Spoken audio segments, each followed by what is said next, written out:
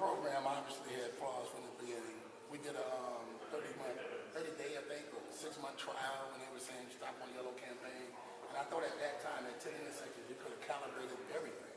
We have over 300 intersections. That never happened. So it was a lot of inconsistencies with equipment, timing, and ultimately the city blamed the cameras and not the yellow lights. But the mayor's leadership yesterday dropped the numbers, 545, showed me his willingness to try to make it right. Before, as you know, I've been fighting this thing since, I don't know, 2010, and no, since 12. I'm sorry, I'm losing it. And then the administration wasn't even trying to hear it. I mean, they were just telling everybody, don't run red lights. The fact of the matter is, we were manufacturing red light runners. You can't screw with the timing and expect people to be able to comply. I mean, we have what I call a legal level, a statewide and a standard. When they came out with this second law that contains the intersections, you can have yellow light times all over the place, and that's what people are doing. And you don't have a mandated consistency in yellow light time, that lends way for mischief, and that's what happened. And basically, a lot of people got fleeced. You hear all the excuses in there about the refund, but in actuality, you took that money. You know, right now, none of you guys are getting tickets for speeding. But if you go downstairs and get in your vehicle and get a ticket for speeding, you're going to be upset, especially if you didn't speed, you know. And unfortunately, we're blaming the other parties that are involved. Because the traffic managers were sitting right here. No one asked them about giving the money back before they left. In fact, they brought that young lady with them to testify. That's what they've been doing. They'll take her around to get the personal, emotional part of it, to get elected officials to keep these camera programs up and running and continue fleecing their citizens. But like I said, I appreciate the mayor's leadership, but I appreciate more so Mr. Matt Florell. Without Mr. Matt Florell, we would have never known what was going on. Staff was not forthcoming. Every time he brought up an issue, staff, they came back and they would tell us, they tried to defend what Matt was saying instead of telling us how they were going to fix it. There was no proactivity going on, and I see it. It was all reactive, and I appreciate Mr. Matt Florell for coming out and helping us as a private citizen, spending his own money on public record requests, engineering, slope tests, and all that.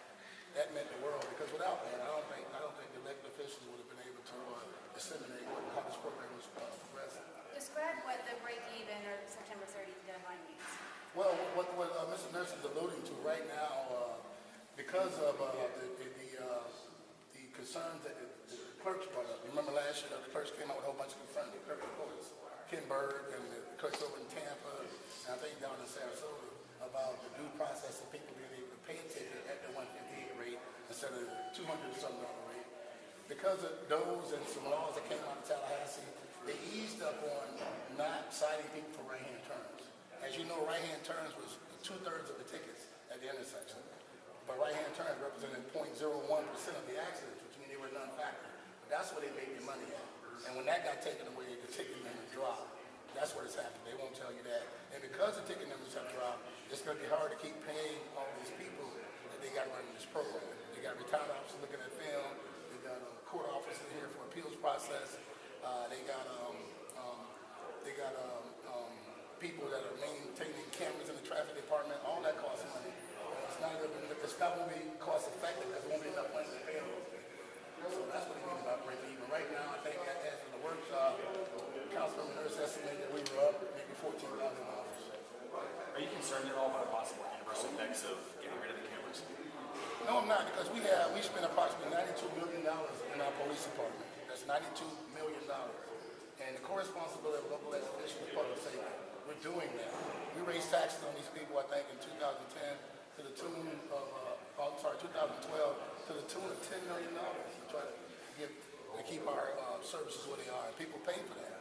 So we have 545 officers. We're at full strength.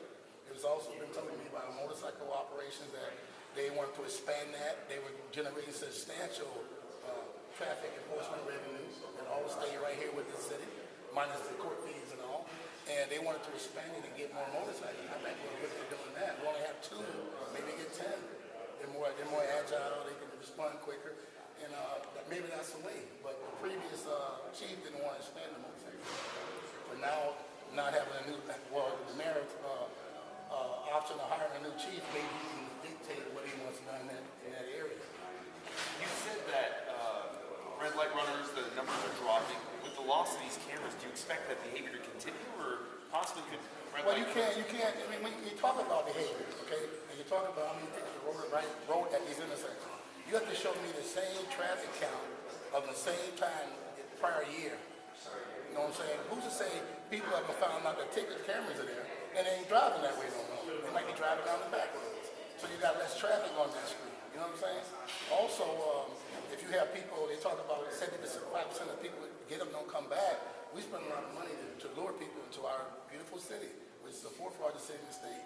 Well, if you get someone come in and get a ticket that they didn't think they should have gotten, they're not going to come back and spend money to see in our restaurants and our shops and with our businesses. So, I mean, economically it hurts you too. When you got divisive measure in your town, it's going to draw people away.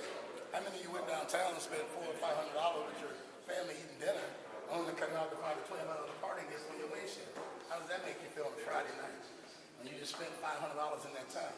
So come September 30th or the break, whenever it was first, I mean, the cameras go away. The mayor had said that he looked into the possibility, if it becomes a problem again, possibly re-implementing them or bringing in new technology.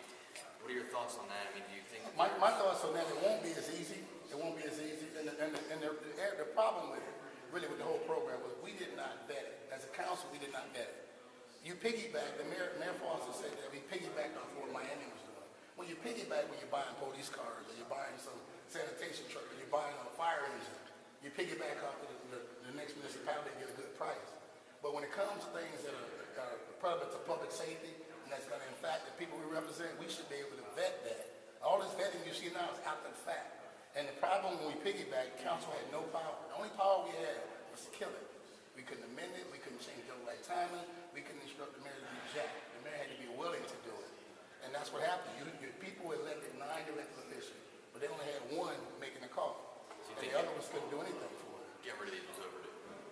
I think it was. I think it had, like I said, if we would have had more due diligence instead of piggybacking, council would have asked them in the trial phase, you know, is everything right? Is all the timings on? Did everybody do all the estimate calculations? We asked none of that. Because once they did that vote, it was 5-3. I voted no on that vote. It was myself, Councilman Cornell, and Councilwoman Rice that voted no. But once they pushed that through with 5 votes, we had no prejudice. It was all in the mayor's shop.